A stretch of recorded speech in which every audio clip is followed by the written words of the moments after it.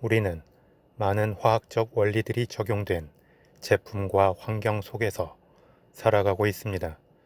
치약을 시작으로 각종 세제, 의약품, 플라스틱이나 나일론 같은 석유 화합물들 등에 이르기까지 우리 손에 닿는 많은 것들이 화학적 원리를 통해 탄생한 것들입니다. 그럼에도 불구하고 화학이라는 학문은 친근하지가 않습니다. 수학 포기자만큼이나 과학 포기자도 많은 것이 우리의 현실입니다.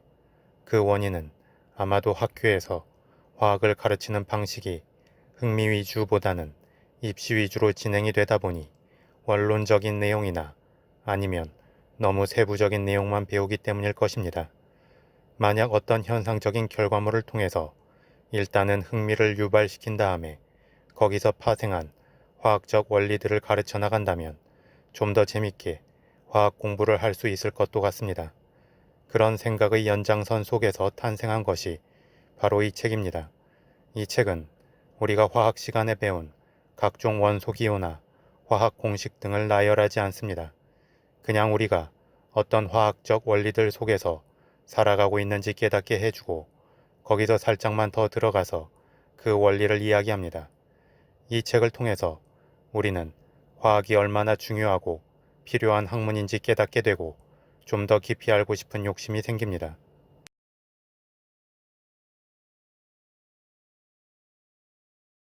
우리는 일상에서 많은 음료수가 담긴 페트병들을 봅니다. 하지만 그 페트병들이 어떠한 원리로 만들어졌는지에는 크게 관심이 없습니다. 생수가 담긴 페트병에 비해서 탄산음료가 담긴 페트병이 모양이 틀리다는 정도의 인식은 있지만 굳이 그 이유를 생각해 본 적은 없습니다. 그냥 좀 더 모양을 내기 위해 그렇게 만들었나 보다 정도로 생각하는 게 보통입니다. 그런데 이 책에서는 맥주나 콜라와 같은 탄산이 들어있는 음료들은 일반 생수병과 달리 내부 압력을 견딜 수 있도록 만들어져야 한다고 말합니다.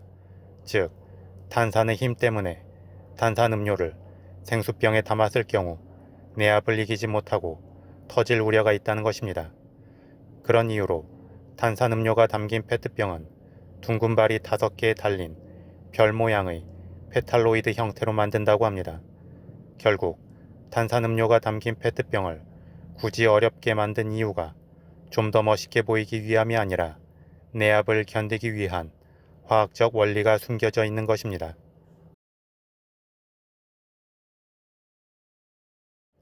일반적으로 폭발이라고 하면 부정적인 인식이 큽니다.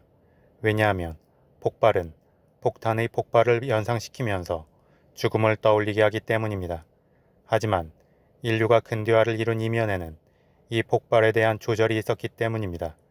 극단적으로 사용하면 살상무기가 될 수 있지만 잘 조절을 하면 인류 발전의 원동력이 됩니다. 자동차도 이 폭발을 조절함으로써 구동을 하고 원자력 발전도 폭발을 적절히 조절해서 에너지를 생산합니다. 또한 폭발 전 단계의 힘을 이용하면 우리는 적절히 우리 생활에 필요한 열도 얻을 수 있습니다. 즉, 가스나 알코올, 석유 등을 생활연료나 난방연료 등으로 사용하는 것입니다. 그런데 가스의 경우는 적절히 양을 조절하면 유용하지만 자칫 그 양의 조절에 실패하면 갑작스러운 폭발로 이어지게 됩니다.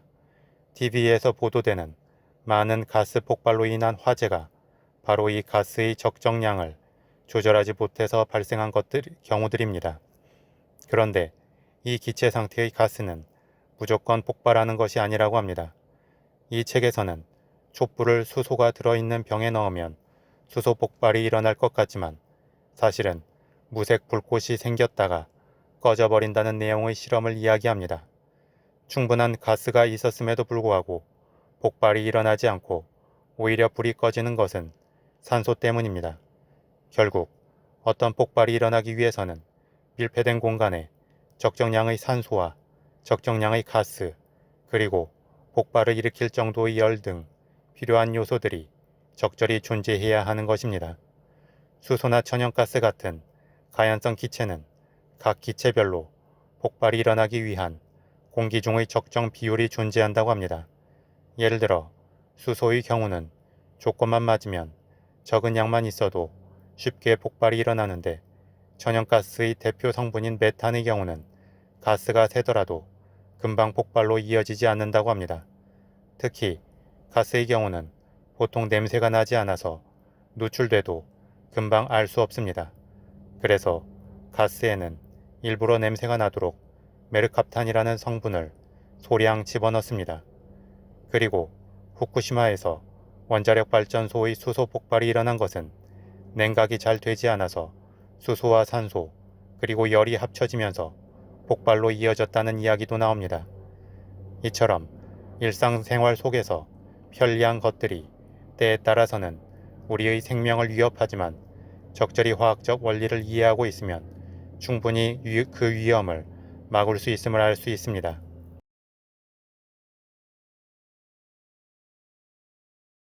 이 책에서는 독극물에 대한 내용도 나옵니다. 독극물이라고 하면 영화나 소설 속에만 존재하는 조금은 먼 개념일 것이라고 생각을 했지만 이 책의 내용을 보면서 우리 일상생활에서도 상당히 쉽게 독극물에 노출될 수 있음을 알 수 있었습니다.